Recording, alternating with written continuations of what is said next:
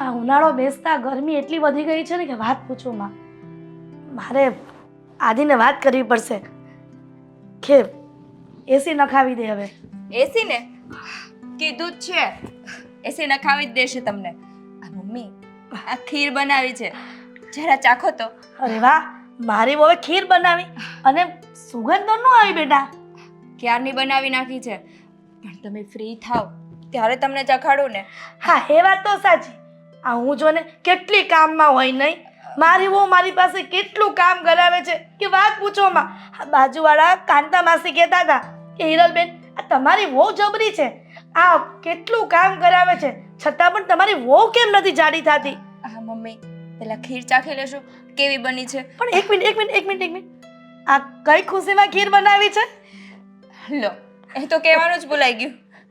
આજે મીરાબેનનો જન્મદિવસ છે એટલા માટે. મમ્મી, હા શું કર્યું?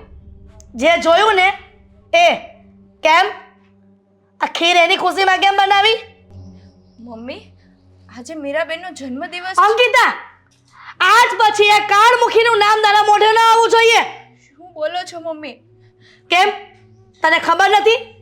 હે ડાયણે આપણા ઘરનું નામ બરબાદ કર્યું છે. આપણું ઘરનો કેટલો મોભો હતો અને એને એક છોકરીની ભૂલના કારણે હા તારા ઘરવાળાની, તારી, મારી બધાની ઇજ્જત ધૂળમાં નાખી દીધી એને. એ છોકરીને શું કામ શ્રાપ આપો છો મમ્મી? ગમે એમ તો એ આ ઘરની દીકરી છે. અરે છે નહીં, એ હતી. હવે આ ઘરની દીકરી નથી. એનું તો અમે ઘણા સમયથી નાઈ નાખ્યું છે. મારા માટે મીરા મરી ગઈ છે. આજ પછી જો કોઈના મોઢામાં મીરાનું નામ આવ્યું ને તો એક સેકન્ડ પણ આ ઘરમાં નહીં રાખું. મમ્મી, સાત પેઢીથી આ ઘરમાં દીકરીનો જન્મ નહોતો થયો. એ સારું હતું. આ સાત પેઢી સુધી દીકરીનો જન્મ નહોતો ને એ સારું થયું હતું. પણ ખબર નહીં આ આપણા નસીબમાં લખ્યું હશે કે દીકરી આવી અને ભાગી ગઈ કોઈક સાથે.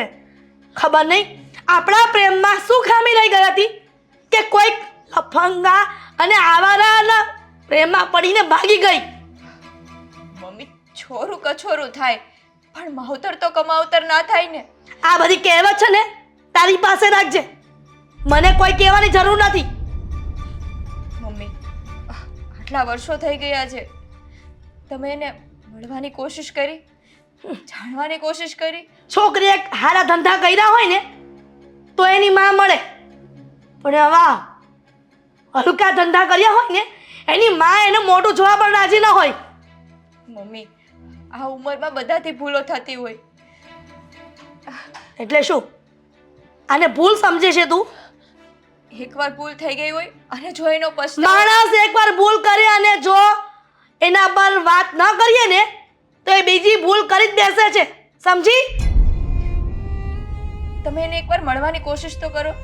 કહ્યું ને અંકિતા કે મીરાનું નામ તારા મોઢે ન આવવું જોઈએ. આ ઘરની દીકરી છે મમ્મી. હતી, હવે નહીં.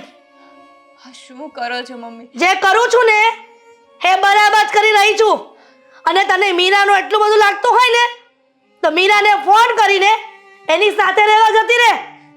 હા, તમે એક બાજુ એમ કહો છો કે મીરાનું નામ આ ઘરમાં નહીં લેવાનું અને સૌથી વધારે મીરાનું નામ તો તમે જ લ્યો છો મમ્મી. આ વાત કોણે ચાલુ કરી? તેને?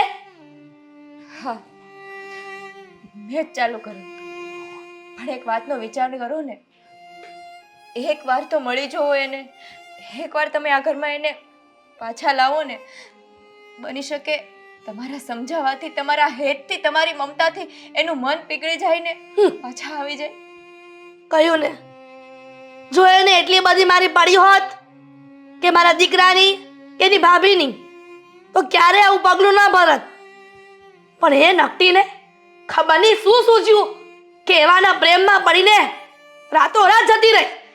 એને સહેજ પણ વિચાર ના આવ્યો કે મારી માં અને મારો ભાઈ શું જવાબ આપશે ગામને, શું સમાજને જવાબ આપશે.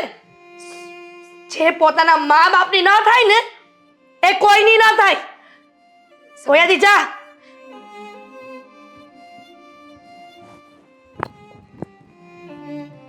મીરાનું નામ લઈને મારો દિવસ બગડી ગયો. એક તો મારી જિંદગી તો બરબાદ કરી જ નાખી મીરાએ, અને પાછો દિવસ બગાડ્યો.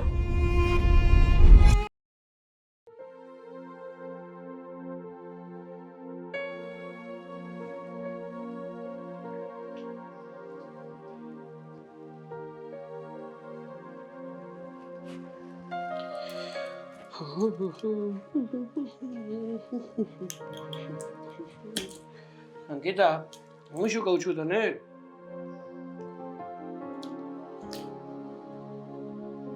અંકિતા, અંકિતા, શું થયું? શું વિચારો કરે છે? તમે ક્યારે આવ્યા? બસ હમણાં આવ્યો. તને કંઈક પૂછતો હતો તને જોઈ. કેમ ઉદાસ છે? કયા વિચારોમાં પડી છે? આજે મીરાબેનનો જન્મદિવસ છે. એના માટે ખીર બનાવી હતી. એ તો અહીં હાજર નથી, પણ મમ્મીને ચખાડવા માટે ગઈ તો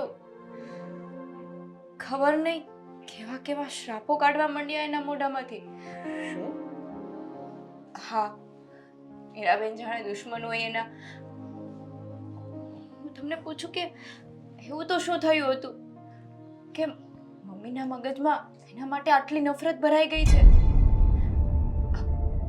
પેલા મીરાબેન કઈ થયું હતું? મતલબ એ ભાગી ગયા એ તો મને ખબર છે, પણ મમ્મી આવી રીતે નફરત કરે છે, શું વાત છે? અંકિતા, સાચું કહું ને તો પહેલા તો અમારું ઘર બહુ સારું હતું. નાનપણની વાત કહું ને તો હું, હાદીભાઈ અને મીરા ત્રણેય એટલા હળી મળીને રહેતા ને કે આડોશ પાડોશમાં અમારી વાતો થતી કે જો ભારું હોય ને તો હા, બાકી ભારું જ ના હોવા જોઈએ. એકબીજા વગર ચાલે જ નહીં. જો કંઈક વસ્તુ પણ લાવ્યા હોય ને તો કોઈ એક વ્યક્તિ તો ખાય જ નહીં, બીજા વ્યક્તિને ધ્યાન રાખે કે જ્યાં સુધી એ બીજો વ્યક્તિ ના આવે ને ત્યાં સુધી એ વસ્તુ અડે પણ નહીં. કોઈ પણ વસ્તુ કરવી હોય તો પૂછ્યા વગર ના કરે. એકબીજાની મદદ લીધા વગર તો કઈ થાય જ નહીં. એટલે પણ આ તમારા ભાઈ બહેનના પ્રેમમાં કોઈની નજર લાગી ગઈ એવું જ ને? હા, એવું જ કઈ સમજ નહીં. કારણ કે જ્યારે મીરા ઘર છોડીને ગઈ ને, ખબર નહીં શું કામ મીરા ઘર છોડીને જતી રહી. એની ફ્રેન્ડનું એવું કેવું છે કે એણે ભાગીને લગ્ન કરી લીધા. પણ સાચું કહું ને તો મારું અને મીરાનું બોન્ડિંગ બહુ સારું હતું. એ કઈ પણ વાત હોય ને તો મને ચોક્કસથી કહેતી.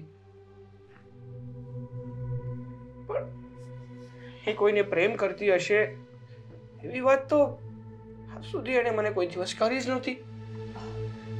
એવું પણ બને કે કદાચ એવું હોય તો તમને કહેવામાં ડરતા હોય. ના, અમારો એવો સંબંધ જ નહોતો કે મીરા મને કંઈ કહી ના શકે. પણ જ્યારથી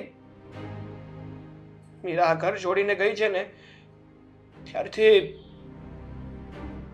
હાદીભાઈના પણ લગ્ન નથી થઈ શક્યા. કારણ કે જ્યારે પણ કોઈ છોકરી જોવાની વાત આવે ને તો એ લોકો એ કહીને ના પાડી દે છે કે જે ઘરની છોકરી ભાગી ગઈ હોય એ ઘરના સંસ્કાર કેવા હશે, એ ઘરના લોકો કેવા હશે, ત્યાં આપણા ઘરની આપણે દીકરી ના દેવી જોઈએ. જોકે આપણા તો લવ મેરેજ છે એટલે માટે મારા લગ્ન તો થઈ ગયા, નકર કદાચ મારા લગ્ન પણ ના થયા હોત. મને પણ આ વાતની ખબર જ હતી ને કે હીરાબેન તમારું ઘર છોડીને ચાલ્યા ગયા છે, તો પણ મેં લગ્ન કર્યા ને. જે છોકરીને તમારા પ્રત્યે લાગણી અને પ્રેમ હશે ને એ તમારી સાથે લગ્ન જરૂર કરશે. હું શું કહું છું, તમે મીરાબેનને ગોતવાની કોશિશ કરો ને, આપણે એને ઘરે પાછા બોલાવી લઈએ. શું લાગે છે તને મેં કોઈ દિવસ મીરાબેનને શોધવાની કોશિશ જ નહીં કરી હોય? અરે ઘણી વાર એમને શોધવાની કોશિશ કરી છે, પણ ક્યાંય ભાડ જ નથી મળતી. સાચું કહું ને તો મીરા ભલે ઘર છોડીને જતી રહી હોય, ભલે લોકો એને ગમે તે કહેતા હોય, મારા મમ્મી એને આદિભાઈ ભલે ગમે તે કહેતા હોય, પણ સાચું કહું ને તો મને મારી બહેનની બહુ યાદ આવે છે. બહુ યાદ આવે છે મને મારી બહેનની. સાગર, એવું થાય છે કે મારે છે ને મારી બહેનને મળવું છે, એની સાથે વાતો કરવી છે. જેમ પહેલા રહેતા હતા ને એવી જ રીતે રહેવું છે. એટલે જ કહું છું, તમે એને ગોતવાની કોશિશ કરો ને, આપણે એને પાછા અહીંયા બોલાવી લઈએ. જે રીતે મમ્મી એને જેમ તેમ બોલે છે ને, શ્રાપ આપે છે ને, એ મારાથી પણ નથી સંભળાતું. અંકિતા, તું ચિંતા ના કર. જે થશે ને એ બધું સારા માટે જ થશે. તમ તારે હું હજી કોશિશ કરીશ અને ગમે તે રીતે મીરાને ગોતીને જ રહીશ. એ કદાચ એવું બને બીજા શહેરમાં ગયા હોય, તમે ત્યાં તપાસ કરો ને.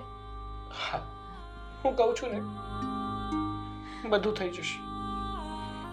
તું ચિંતા ના કર.